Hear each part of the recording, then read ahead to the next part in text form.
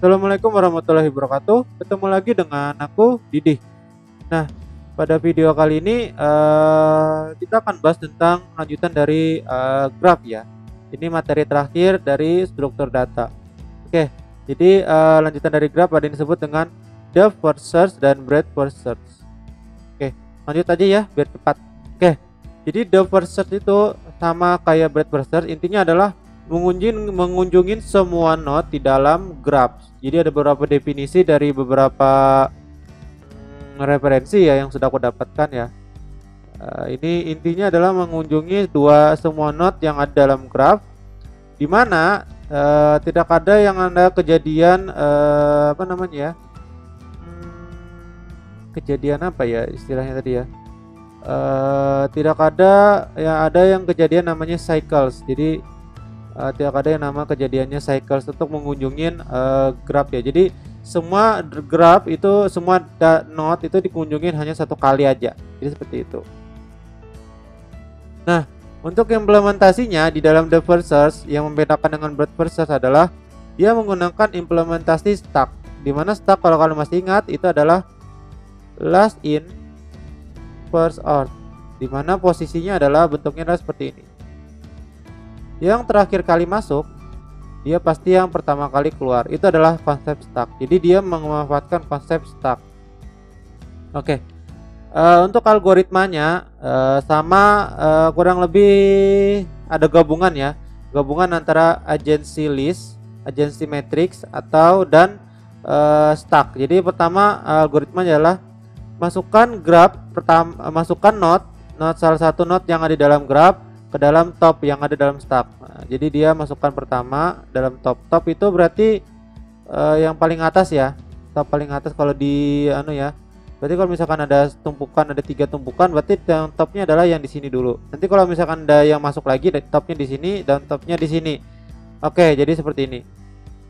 Nah, jadi setelah data dimasukkan ke dalam stack, kemudian dari step stack itu kita melanjutkan yang namanya adjacent nodes ya. Adjacent nodes itu intinya adalah mencari keterhubungan antara satu node dengan node lain. Jadi nanti prosesnya seperti itu. Kemudian dari adjacent node itu nanti akan dimasukkan ke dalam stack. Nah, prosesnya kayak gimana sih? Nanti kita akan lihat di contohnya ya. Jadi seperti nanti ada di contohnya lebih jelasnya. Oke.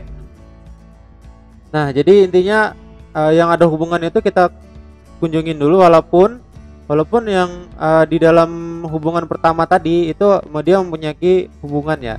Nah, ini agak rumit ya kalau untuk penjelasan algoritmanya. Jadi kita langsung aja ke contoh. Misalkan di sini ada contoh, di sini ada graph tak berarah di mana dia memiliki 5 vertex atau 5 node. Nah, yang pertama-tama kita lakukan adalah kita buat dua table ini, dua array ini. Misalkan di sini ada yang disebut dengan visited yang dikunjungin dan ada juga yang disebut dengan stack. Oke, pertama-tama yang kita lakukan adalah kita pengen mulai dari mana nih? Kalau sesuai abjad, sesuai urutan, kita mulai dari angka 0 dulu. Oke, sekarang kita mulai dari angka 0. Nah, dari angka 0 itu kira-kira dia mempunyai hubungan kemana aja sih? Ternyata dia mempunyai hubungan ke 1, 2, dan 3. Oke, sekarang 0 berhubung dia yang pertama kali dikunjungi, maka dia akan masuk ke dalam visited atau list yang list untuk list yang sudah dikunjungin oleh kita tadi. Selanjutnya dalam stack yang kita masukkan adalah list dari node 0 yang memiliki hubungannya. Jadi 0 kira-kira memiliki hubungan mana sih? 1, 2, dan 3.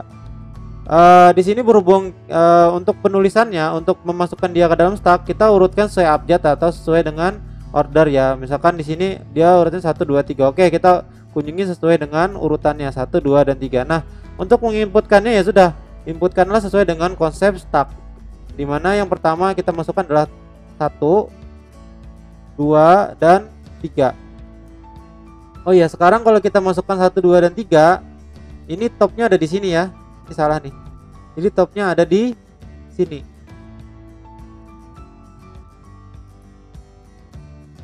Bentar. Ini aku coba perbaiki dulu ya, biar nggak salah. Jadi sekarang topnya ada di sini. Hapus aja deh biar nggak bingung.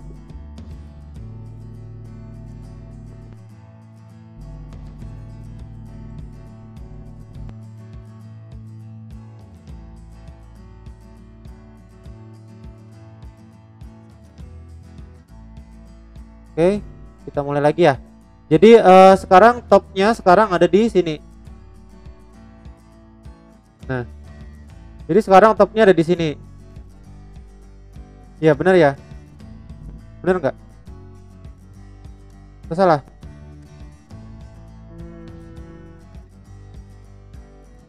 Konsep stuck itu berarti last in first out ya, benar ya?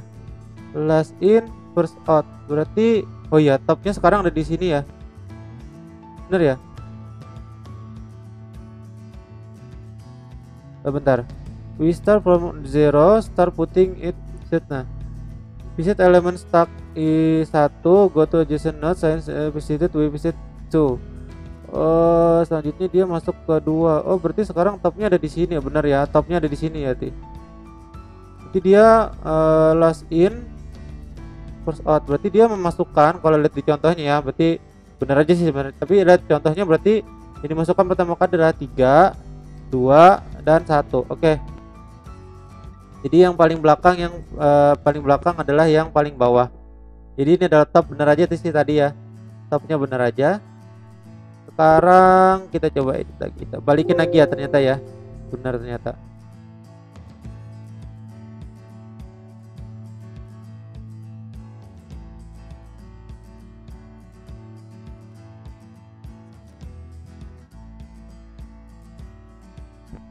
Oke, ternyata topnya benar yang ini tadi ya.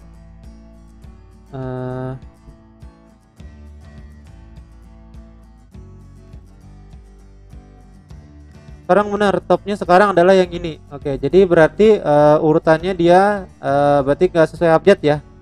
Atau dia descending, atau dia yang paling terakhir adalah yang ini. Yang paling pertama dimasukkan adalah ini, kedua ini, dan yang ini yang terakhir dimasukkan. Jadi konsepnya adalah last in first out. Oke, selanjutnya top sekarang 1. Sekarang kita pop, kita keluarkan. Jadi sekarang yang topnya adalah angka 2. Oke, sekarang kedua kita keluarkan, dia masuk ke sini. Nah, berhubung di angka 2 tadi dia memiliki agency list dengan 4, maka 2 kita pop, tapi 4 kita masukkan ke nilai 2. Jadi kalau misalkan ada 5 atau 6 not yang saling berhubungan dengan ini, dia akan masuk ke sini terus. Nah, jadi seperti ini, dia akan masuk satu persatu seperti itu. Dia akan masuk ke dalam list seperti ini. Ini listnya ini cuma 5 ya, berhubung contohnya 5 aja, jadi nggak mungkin dia lebih besar dari 5. Tapi kalau misalkan 6 atau 7, nah itu tinggal ditambahin aja di belakang ya, seperti itu. Sekarang topnya adalah 4 karena dia memiliki hubungan dengan 2. Oke, selanjutnya dia masuk ke antrian, dan yang terakhir adalah 3 masuk ke top. Jadi 3 langsung kita pop, kita keluarkan, hasilnya jadi seperti ini. Sebenarnya ada banyak teori, tapi yang paling gampang kita bahasnya untuk developer adalah implementasinya menggunakan stack. Jadi seperti itu. Sekarang tidak ada lagi graph atau node yang tidak dikunjungi ya. Jadi semua sudah ditraversalkan. Oke, seperti itu. Selanjutnya ini untuk pseudo code-nya. Jadi pseudo code-nya kurang lebih seperti ini. Dimana dia mempunyai init function. Init function itu digunakan untuk running DFS-nya pada setiap node. Jadi intinya adalah init function ini digunakan untuk mengunjungi semua node. Nah, jadi seperti itu. Nah, di sini konsepnya dia menggunakan recursive implementation. Nah, di sini kalian lihat sini. Nah, recursive di sini. Oke, jadi seperti itu. Nah, untuk pengaplikasiannya secara umum yang pasti yang pertama adalah menemukan jalur. Test if the graph is bipartite. Untuk mengetes graph itu dia ada partisi, bisa dipartisi atau enggak. Itu untuk mengetahui komponen dari graph yang memiliki hubungan yang kuat, dan yang terakhir adalah mendeteksi cycles yang ada di graph, apakah dia mempunyai cycle atau enggak. Nah, untuk contohnya ini masih mencontoh menggunakan undirected graph. Kalau directed graph kayak gimana ya, sudah tinggal digabungin aja dengan konsep dia punya arah atau enggak. Jadi nanti kalau dia arahnya keluar kayak gimana, arahnya masuk kayak gimana, dilihat aja dengan contoh agency tadi yang sudah aku jelasin pada graph itu ya, graph yang sebelumnya, video sebelumnya. Oke. Jadi itu untuk depth for search. Yang terakhir adalah breadth for search atau BFS. Jadi ada juga yang bilang burst traversal, sama aja sih sebenarnya. Intinya juga sama seperti the first, mengunjungi semua node yang ada di dalam graph. Dan juga dia tujuannya untuk menghindari yang namanya cycle. Sebenarnya seperti itu sih sebenarnya. Nah, untuk implementasinya sama kayak the first, cuma bedanya dia menggunakan yang namanya antrian. Kalau antrian konsepnya adalah first in, first out. Yang pertama kali masuk dia pertama kali keluar. Beda halnya dengan stack ya, last in first out. Yang terakhir kali masuk dia yang pertama kali keluar. Jadi seperti itu. Nah, contohnya sama aja kayak tadi ya, kayak the first search. Yang pertama kita buat lagi dua list. Yang nama list pertama adalah list visit, yang kedua adalah stack. Nah, dimana di sini kita sudah definisikan yang depan yang belakang yang mana. Sekarang yang depan adalah yang pertama kali sama kayak the first search. Kita cari dulu mulai dari mana kita visit. Misalkan kita mulai dari 0. Oke. Kita cari hubungan antara 0 1 2 antara 0. Itu dia punya hubungin 1 2 dan 3. Sekarang kita set dulu yang mana front. Frontnya adalah ini. Oke. Jadi front adalah ini. Yang pertama kali dikunjungi front, berarti yang terakhir kali dikunjungi berarti adalah yang angka 1 ya. 1 berarti ada di depan ya. Benar ya? Ya, berhubung 1 ada di depan. Oke. Terus kalau untuk selanjutnya sama kayak the versus ya, tinggal di front aja, berhubung dia frontnya di sini 2. Nah, berhubung 2 mempunyai hubungan antar 4, berarti yang kalau masuk ke dalam queue kan antrian pasti dia di belakang, otomatis pasti belakang. Kalau bedanya di stack, kalau dia ada data yang masuk dia pasti ada di depan, atau kalau di antrian dia di atas, di paling atas. Nah, jadi seperti itu, bedanya cuma di situ aja. Jadi kalau bird versus, kalau ada hubungan baru dia taruhnya di belakang, tapi kalau the versus, kalau ada hubungan baru dia taruhnya di depan. Nah, cuma bedanya di situ aja sih. Ya sudah, dikeluarin, masukkan ke sini. Akhirnya semua sudah dikunjungin dan tidak ada lagi yang punya neighbor atau adjacent listnya. Oke, sekarang stacknya sudah terkunjungi semua. Jadi seperti itu untuk bird first. Ini untuk pseudocode-nya ya segini aja. Nah, selanjutnya untuk pengaplikasiannya, nah ini pengaplikasiannya lumayan banyak ya untuk bird first ya. Bisa untuk membuild index. Kalau misal ya, jadi intinya kalau dilihat dari sini outputnya bisa secara scanning ya, seperti itu. Bisa juga untuk GPS navigation sama kayak Google Map ya. Selanjutnya juga path finding algorithm sama kayak DFS juga. Bisa juga force full cursor algorithm to find maximum. Oh, ini bisa juga untuk salah satu metode algoritma ya, bisa dipakai. Selanjutnya adalah untuk mendeteksi cycle di dalam detection undirected graph, sama kayak DFS juga fungsinya. Jadi seperti itu untuk BFS. Nah, ini untuk perbedaannya ya sama aja sih sebenarnya, seperti aku jelasin sebelumnya ya. Jadi BFS ya singkatannya brute force search, dan DFS adalah the versus. Terus untuk BFS bedanya menggunakan QU, kalau dengan DFS menggunakan sorted first atau menggunakan stack.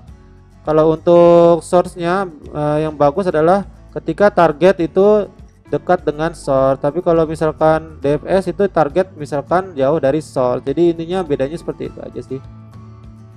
Selanjutnya untuk decision tree bagus untuk pengembangan untuk puzzle game, untuk tree ya. Nah, ini kalau decision tree nanti kalau kalian belajar nanti lebih dalam tentang algoritma, kalian akan bahas tentang decision tree juga. Nah, itu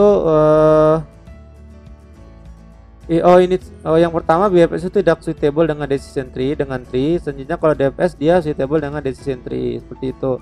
Kalau untuk kecepatan BFS itu lebih lambat daripada DFS. Selanjutnya untuk kompleksitasnya seperti ini, kurang lebih sama ya, nggak ada perbedaan. Jadi itu perbedaan dari difference dari BFS dan DFS. Itu aja sih untuk materi terakhir tentang struktur data. Jadi kalau misalkan ditanyakan, silahkan tanyakan di kolom komentar. Jadi jangan lupa untuk like, komen, dan subscribe-nya video aku yang ini. Kurang lebihnya mohon maaf. Assalamualaikum warahmatullahi wabarakatuh.